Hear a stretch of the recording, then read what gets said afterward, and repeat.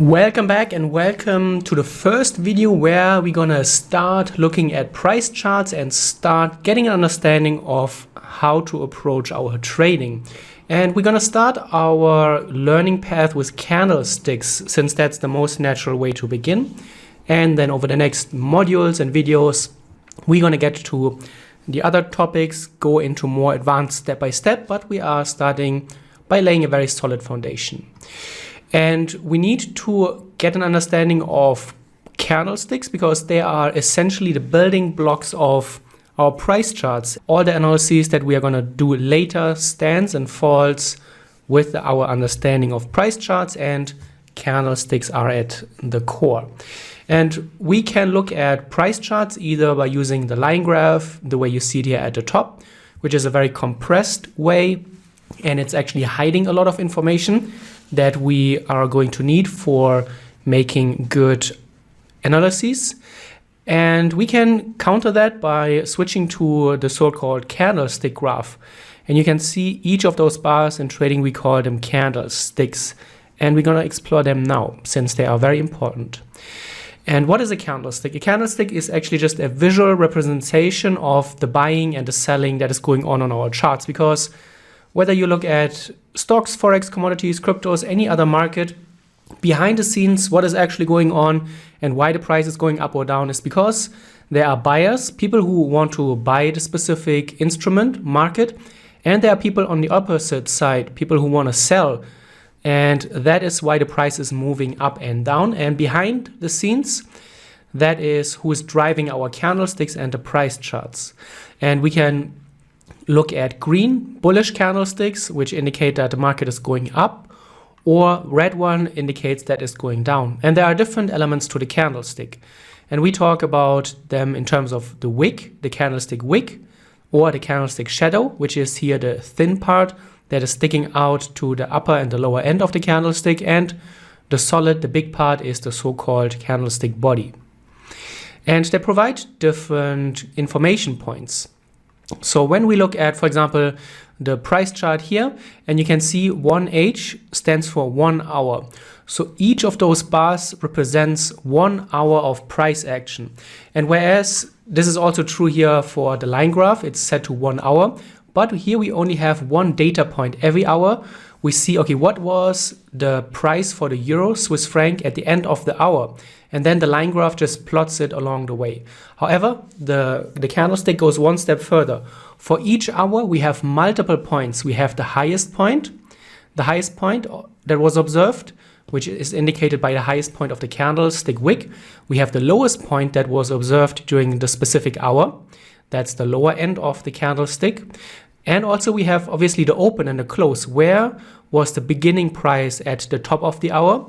And then in terms of a green candle, because the price moved up, the closing price is higher than the opening price. So where did we end at the end of the hour? And that's all the information that a candlestick gives us, which is very helpful, as we will see in a moment. So the candlesticks provide a lot of information. When we have a green candlestick, it shows us the price did move higher. There was an absolute high at the top of the candlestick wick. And that is then what we can use later for our analyses. And we can also visualize the path of this candle. So assuming this candle represents 1 hour, we know that we opened here at 10. That was the opening price at the top of the hour. Then we may have moved to the lowest price, so all the way to 5. Then we moved all the way to the highest price that the candlestick shows us. So this is, the candlestick tells us, okay, the highest price during that candle duration, which may have been 1 hour, was here at 25. But we didn't close here at 25. But before we closed, we moved all the way back here to 20. So that is the last observed price during that hour. And that is the visual price, or the path of the price that the candlestick is telling us.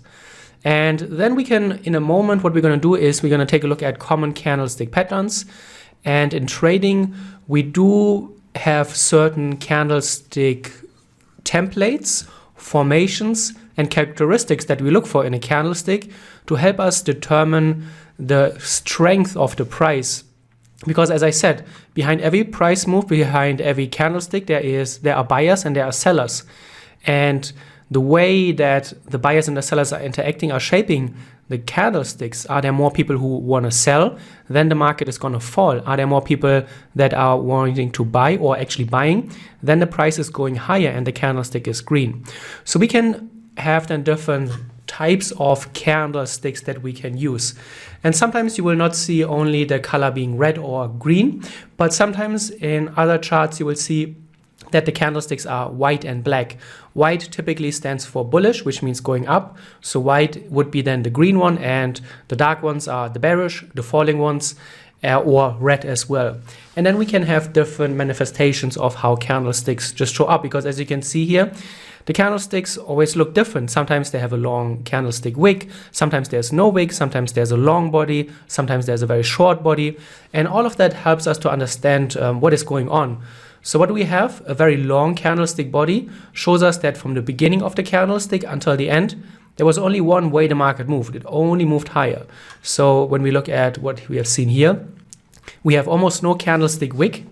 Here, you can see there's no wick, which means that the lowest price is also the open price, and the highest price is the closing price. So from the open to the close, the market only moved higher. Here a little bit differently. We moved higher, the same price where we actually moved in the candle before, but we closed a little bit lower. So it's less bullish because yes, the market was able to push into the same price level, but then there were some sellers coming in and the price was pushed down. And then here, this is even more extended. The market did move higher all the way up, but we closed much lower as well. Then we have a neutral candlestick where we only have wicks to the upside and to the downside. So what does it tell us? It tells us that the market tried to push higher, try to push lower, but in the end we closed where we opened, so very neutral here. And then we can have the same thing on the right side for the bearish information. A very bearish candle, the market only fell from the beginning to the end of the candle. There was only one way down, and then there are subtle differences. And why is this important? It is important because once you understand the buyer and the sellers and what they are doing behind the scenes, how they are driving the markets, how they are actually forming the candlesticks, that helps us to make estimates about what may happen in the future. And that's the key for making good trading decisions. We have to understand and interpret and look at what has happened in the past up to the moment right now, because that's the only information that we have. And then we use that information to estimate how likely is that the market is going to go up, how likely is it that the market is going to go down, how likely is it that the market is going to go sideways. And that's the key for our trading decision making, because we have to then make decisions. Do we want to buy because we think the market is going to go up based on what we are seeing? Do we want to sell because what we are seeing is indicating more selling to come? And that is important. And candles provide information about the buyer and the seller interaction. Who is or was stronger? By how much are they stronger? And for how long have they been stronger? And those are important pieces of information. And what we're going to do now is we're going to take a look at popular candlestick patterns. And I will show you how we are going to apply what we have learned, the high, the low, the open, the close, and put this into context and really start to slowly understand what is happening on our charts. The first most popular candlestick pattern probably is the so-called pin bar, and that's a good starting point for our candlestick analysis. So what do we have here? The characteristics of a pin bar are that we have either a very small body, sometimes even no body like here, and the most important thing is that we have a very long candlestick wick here. And the candlestick wick, if we do have a body, you want to see the candlestick body at the opposite side. So you always want to have one long wick at one side, and ideally you would like to have a very small wick on the other side, actually like here what we are seeing. And we have a very long wick at one side sticking out, to the other side almost no wick, and a very small body. And what this candlestick tells us is it shows us rejection. It shows us, if we think back in terms of the path of the price action, like what we have done here, what does it show us? It shows us that we did open here. So here is the closing price of the previous green candle. So we opened here where the body is. Then the price has moved all the way to the top. It moved all the way to the bottom, or the other way around, first to the bottom, then to the top. But in any case, when the candlestick closed, it was back to here at where it actually opened.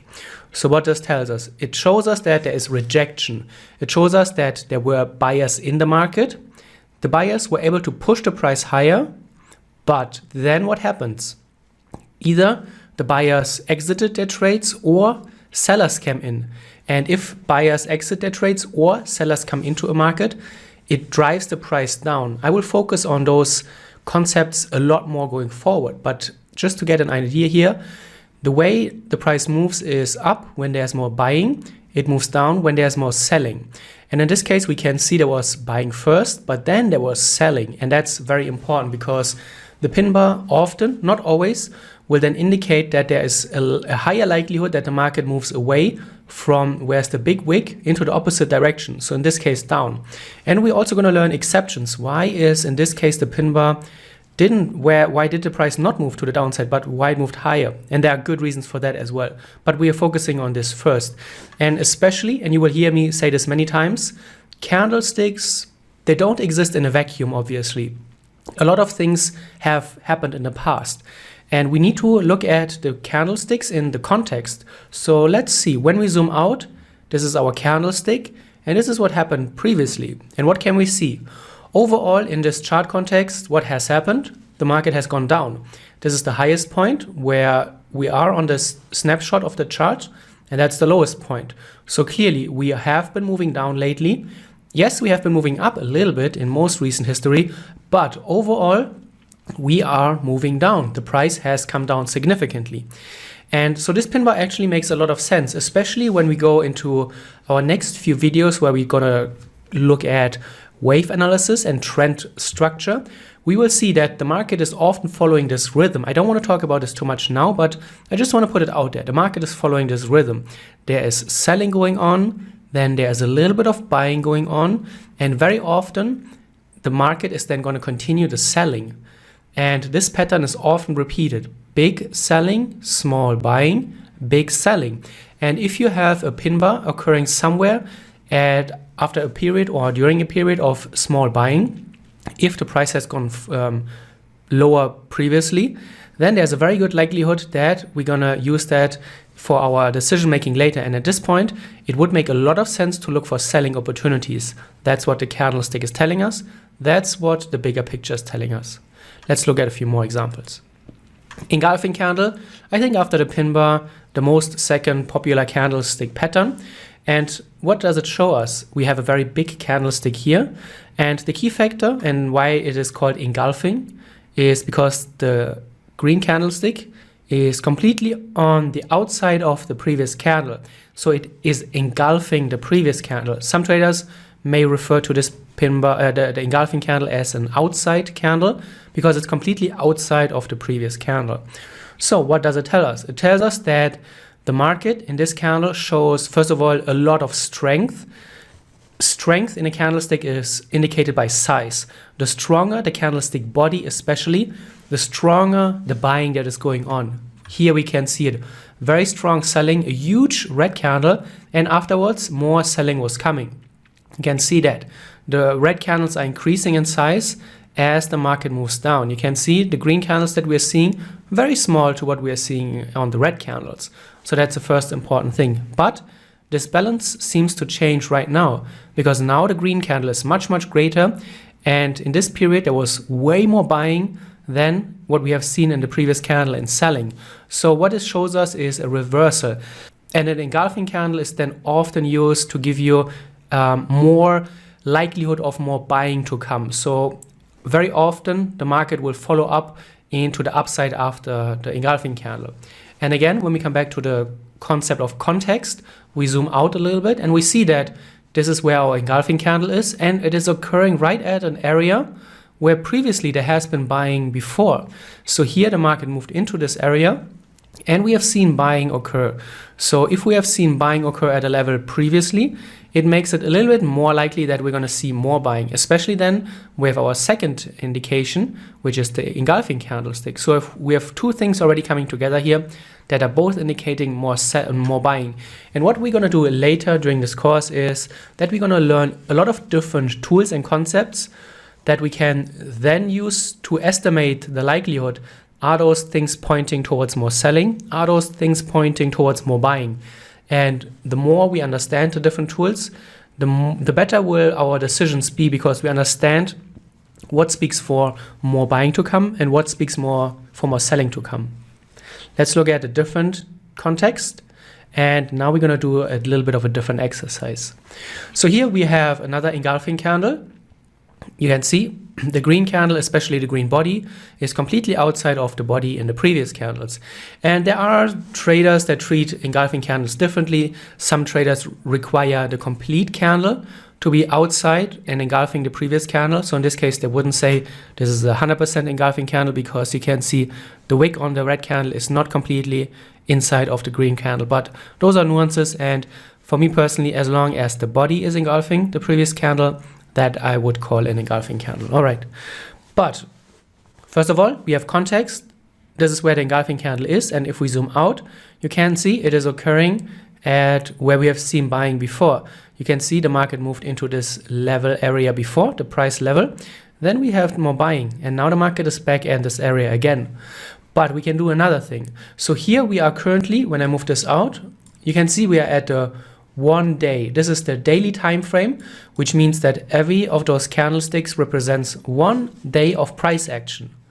So we know that within 1 day this has happened, but obviously we can change the time frame and we can change the scale and the time units that we're looking at this chart.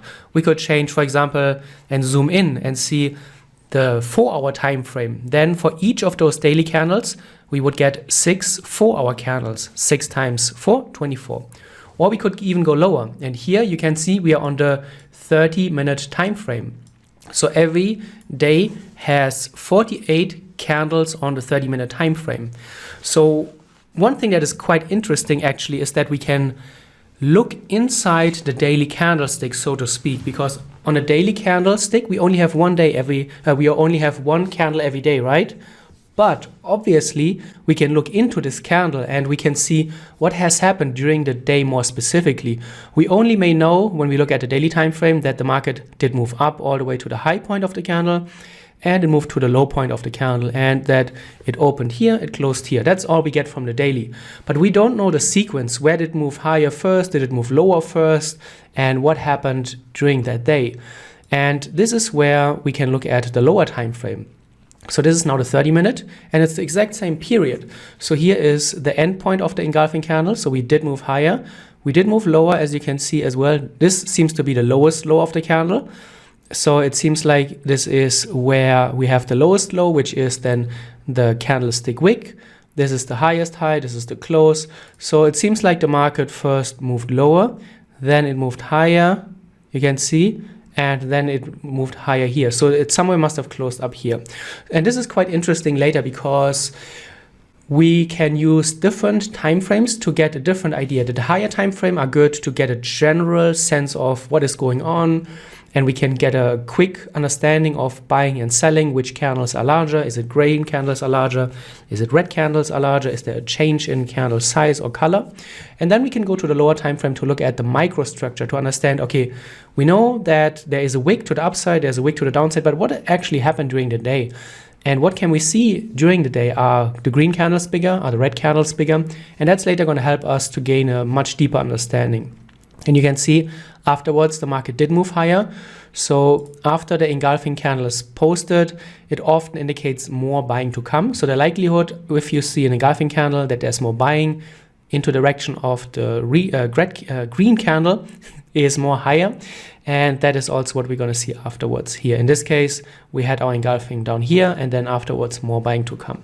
So later we will see that we can use this very nicely in our trading. We can start building trading plans where we look for different clues, higher to lower time frame, and then we can position ourselves to make good trading decisions. Another example, and this is called an inside bar. It's pretty much obviously the opposite of the outside bar. So what do we have here is one large candle, and then the following candles are all inside the previous candle, right? So the green candle has its high here, it has its low here, and the next 1, 2, 3, 4 candles are all inside candles. And what does this show you? It shows you that the market did push higher in the green candle. There was a very strong buying impulse, and we're coming from a strong area of buying. By the way, what do we have here? A pin bar. We have a small body at one side and a long wick to the downside. And that is then a pin bar. And you can see the pin bar in this case really nicely worked. We moved higher away from the wick. And now we have an inside candle. And the inside candle shows us a temporary pause in the market. So the inside candle is more of a neutral pattern because it shows us that there was a strong impulse, but after this strong impulse, the market kind of slowed down quite a bit. The candles first have been much smaller, and also the market was not able to pick a direction. So we didn't continue the way higher, and also we didn't continue lower. So we are kind of stuck here going sideways at this price range. And what we can do is, again, we zoom out first to see, okay, what has happened previously. And it seems like the market has been going up for quite a long time, actually. So for dozens and dozens of candles, the market did move from this low point to this high point. So the price has been moving up quite a bit. And that is helping us in our decision making because we understand, okay, overall, the market context is up, right? In the past, the market has moved up. And that is a good piece of information because it shows us that there are probably a lot more buyers in the market. And we could go to the lower time frame, right? So here, the inside candlestick pattern are 1, 2, 3, 4, 5 candles, and we are on the 4-hour time frame. Okay. Now we go to the lower time frame. This is the 15-minute time frame. So we have significantly more candles. Every hour has 4 15-minute candles. So 4 4-hour candles will give us 16 candles. So you can see this is the big outside candle. And then after that, the market traded inside.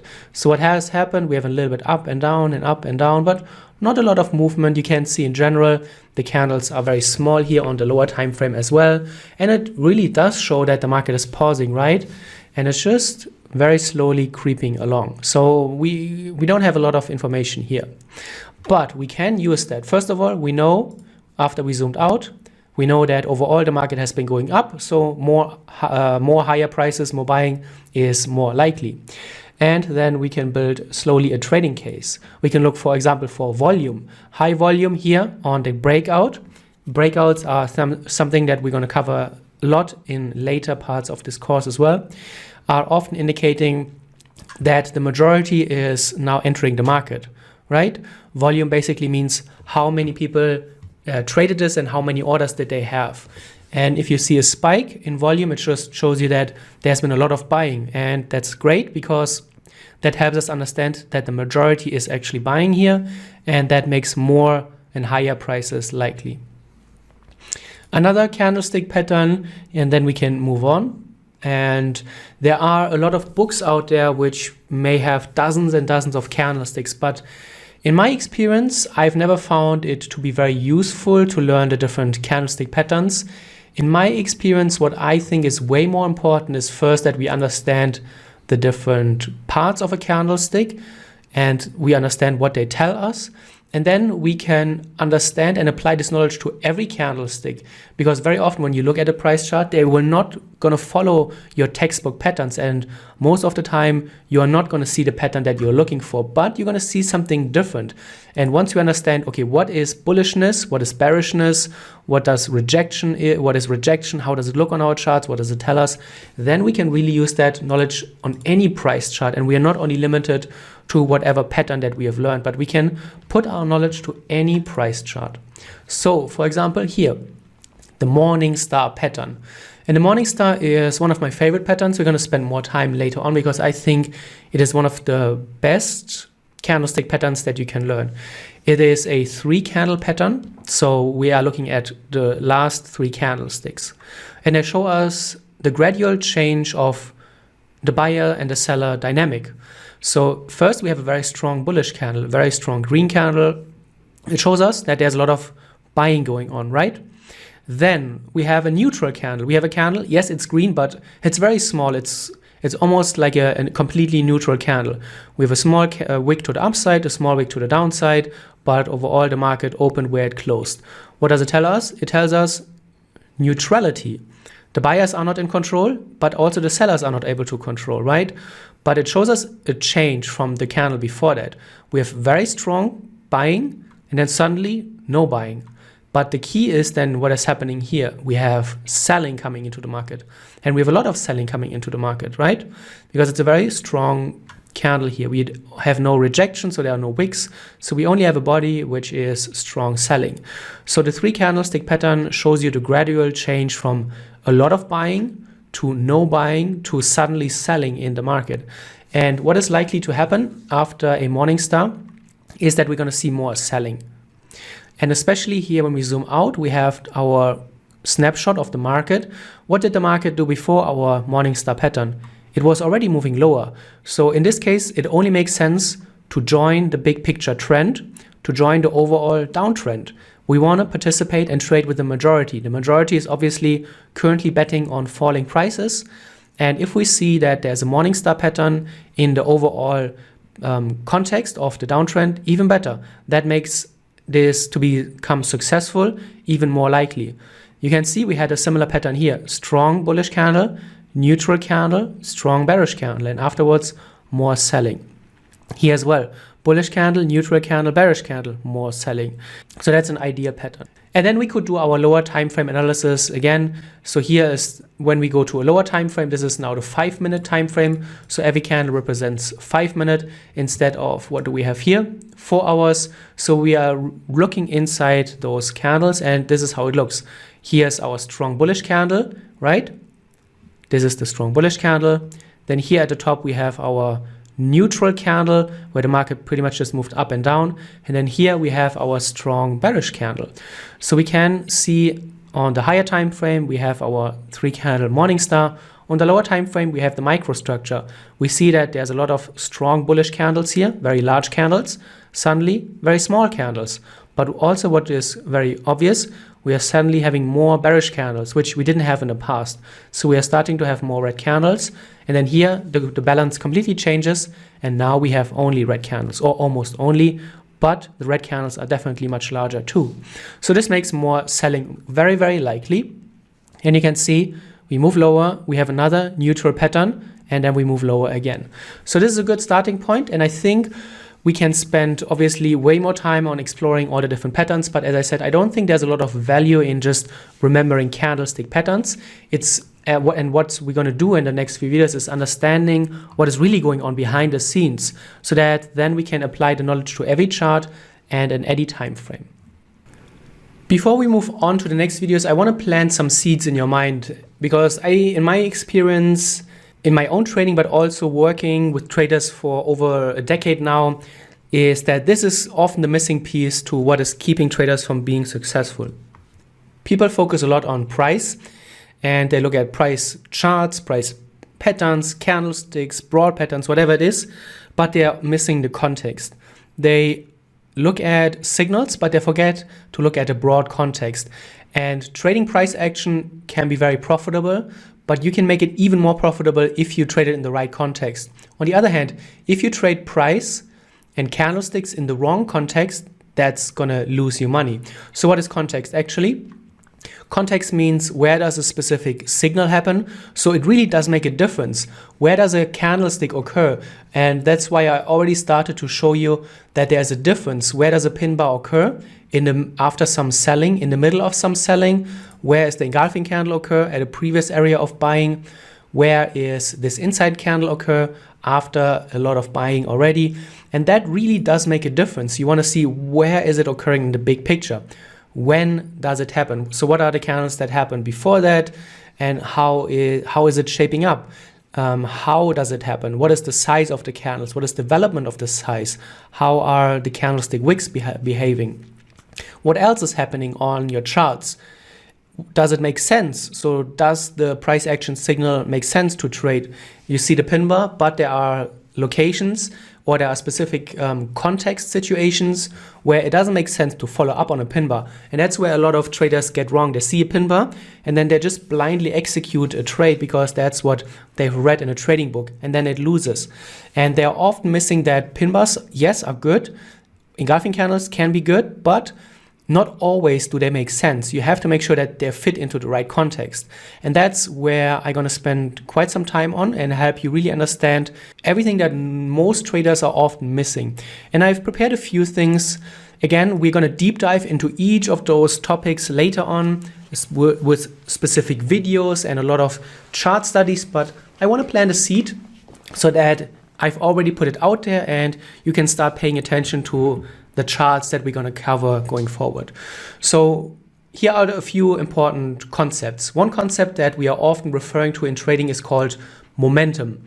And this is just the speed of the price. If we talk about momentum, it shows us, or we are talking about the steepness of the price charts.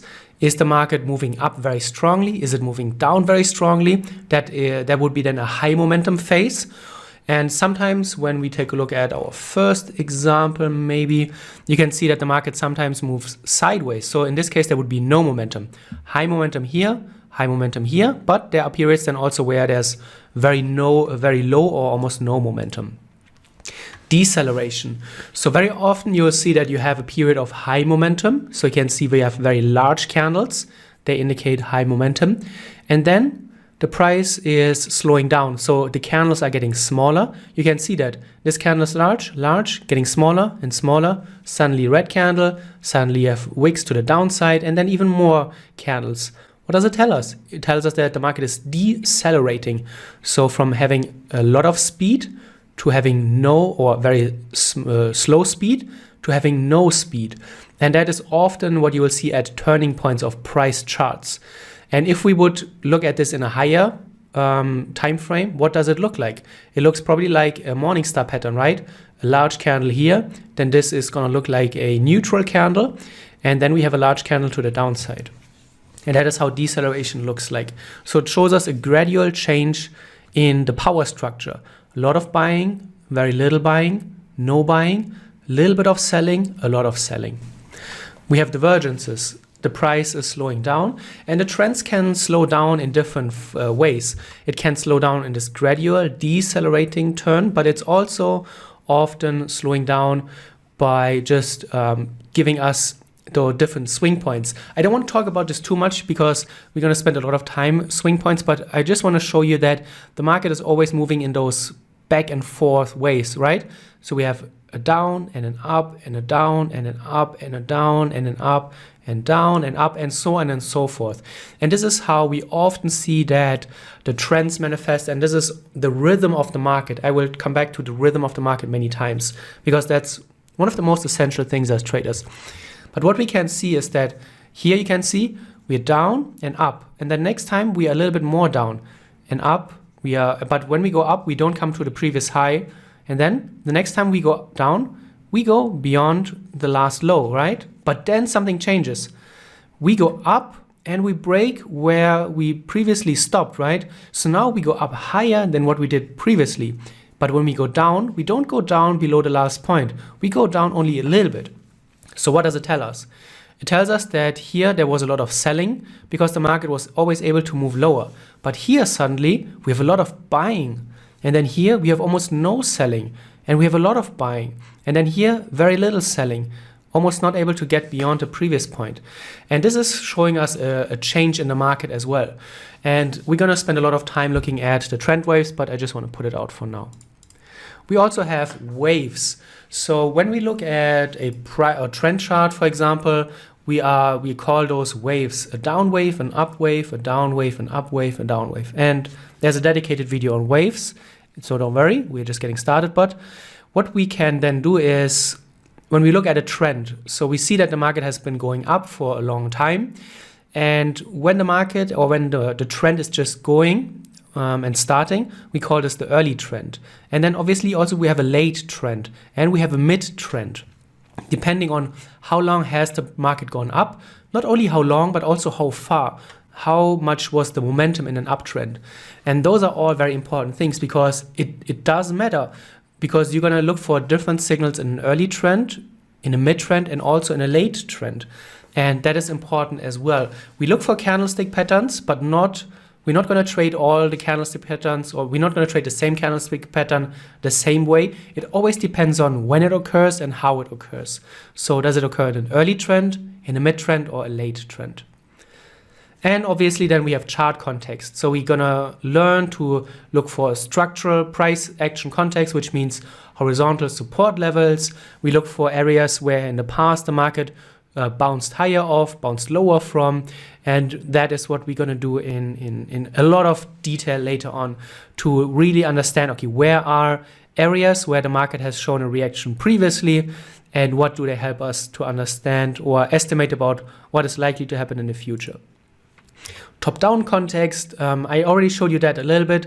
So what we can do is we have this pin bar here on the higher time frame. So whatever this is the 1 day. So every candlestick is representing 1 day of price action. But obviously this is the candlestick on the 1 day. On the lower time frame, we're going to see something very different. So here, when we now look at the 1 hour, so every candlestick now represents 1 hour. We see that this is how this pattern looks like. This is probably the high of the pin bar. This is the candle before that. That's the candle after that. And here we can see, and again, can we come back to this? Highs and lows. Remember, we make lower lows and suddenly not.